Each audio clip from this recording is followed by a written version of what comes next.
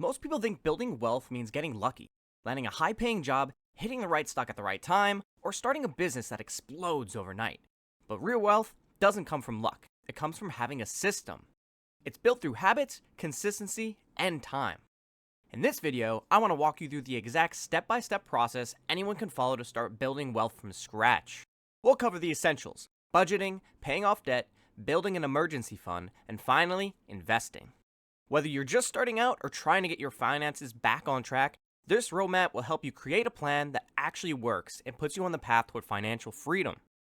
When people hear budget, they picture spreadsheets and guilt. But that's not what real budgeting looks like. Budgeting is just awareness. A good budget isn't about cutting out everything fun. It's about making sure your money actually reflects your priorities. Maybe that's saving for a house, investing for early retirement, or just finally having breathing room between paychecks.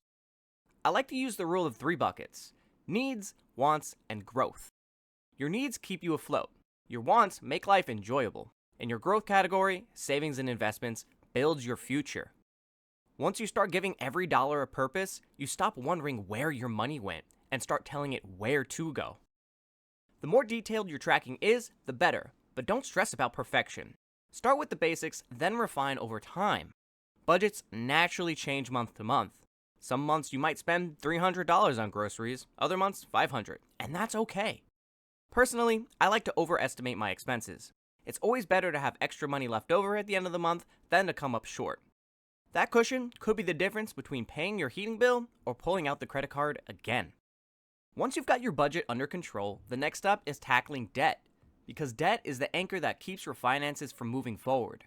Not all debt is bad, but high interest debt, like credit cards or personal loans, quietly drains your income every month. Think of it like having a hole in your bucket. No matter how much money you pour in, it keeps leaking out in interest payments. The key is to pick a strategy that keeps you consistent, and there are 2 proven approaches: the debt avalanche and the debt snowball.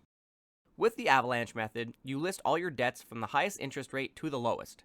You keep making minimum payments on everything, but you throw every extra dollar you can toward the debt with the highest interest rate first.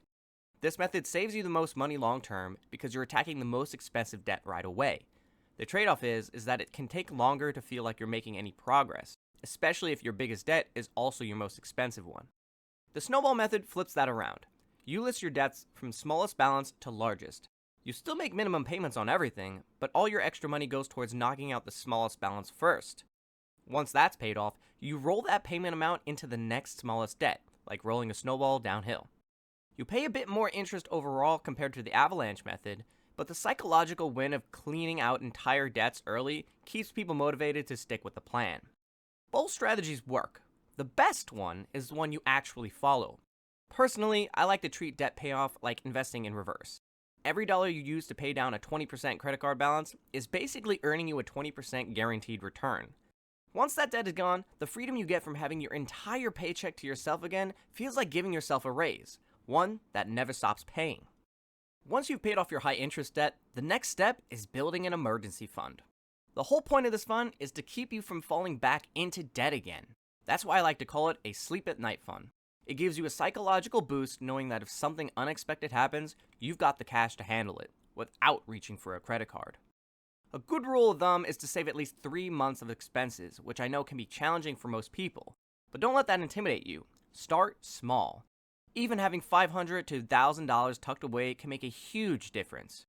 Keep this money in an easily accessible account, like a high-yield savings account. That way, it earns a bit of interest to help offset inflation, but it's always there when you need it. The best way to build this fund is to automate it. Go back to your budget and set aside a specific amount each month just for this purpose. A lot of people call this paying yourself first. Once you hit your target, you'll feel the difference, not just financially, but mentally. You stop stressing over every small setback because you've built a cushion. That peace of mind is what allows you to stay consistent with your investments later on. It's not the most exciting part of building wealth, but it's one of the most important foundations of it. Last but not least, once you've completed the first 3 steps, you can finally start investing your money.